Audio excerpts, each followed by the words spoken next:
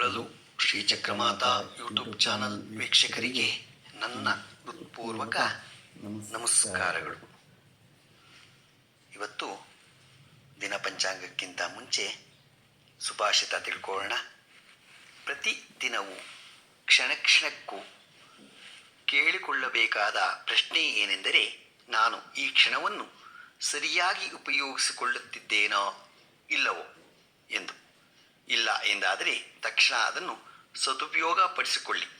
ಕಾರಣ, ಸಮಯ ಹಣಕ್ಕಿಂತ ಅಮೂಲ್ಯ. ಹಣವನ್ನು ಗಳಿಸಬಹುದು, ಸಮಯ ಗಳಿಸಲು ಅಸಾಧ್ಯ.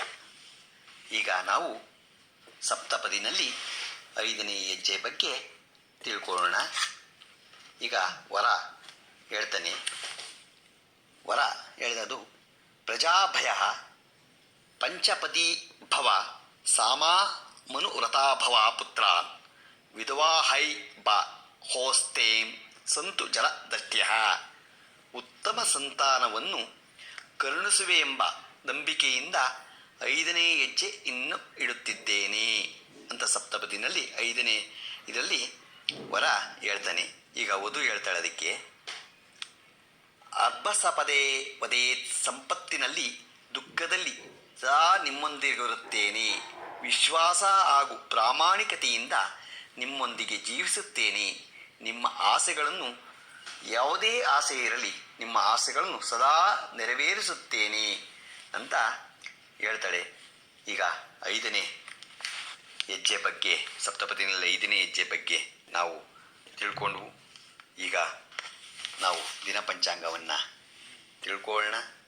ದಿನಾಂಕ 31/3/2024 ಭಾನುವಾರ, ಶೋಭಕೃತ್ ನಾಮ ಸಂವತ್ಸರ, ಉತ್ತರಾಯಣ, ಶಿಶಿರ ಋತು, ಪಾಲ್ಗುಣ ಮಾಸ, ಕೃಷ್ಣ ಪಕ್ಷ, ತಿಥಿ ಷಷ್ಠಿ, ರಾತ್ರಿ 9:32 ತನಕ ಇದೆ.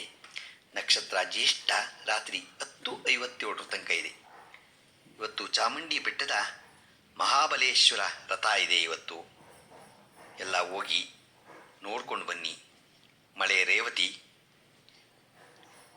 1ನೇ ಪಾದ ರಾಹುಕಾಲ 5:03 6:35 ತನಕ ಇದೆ.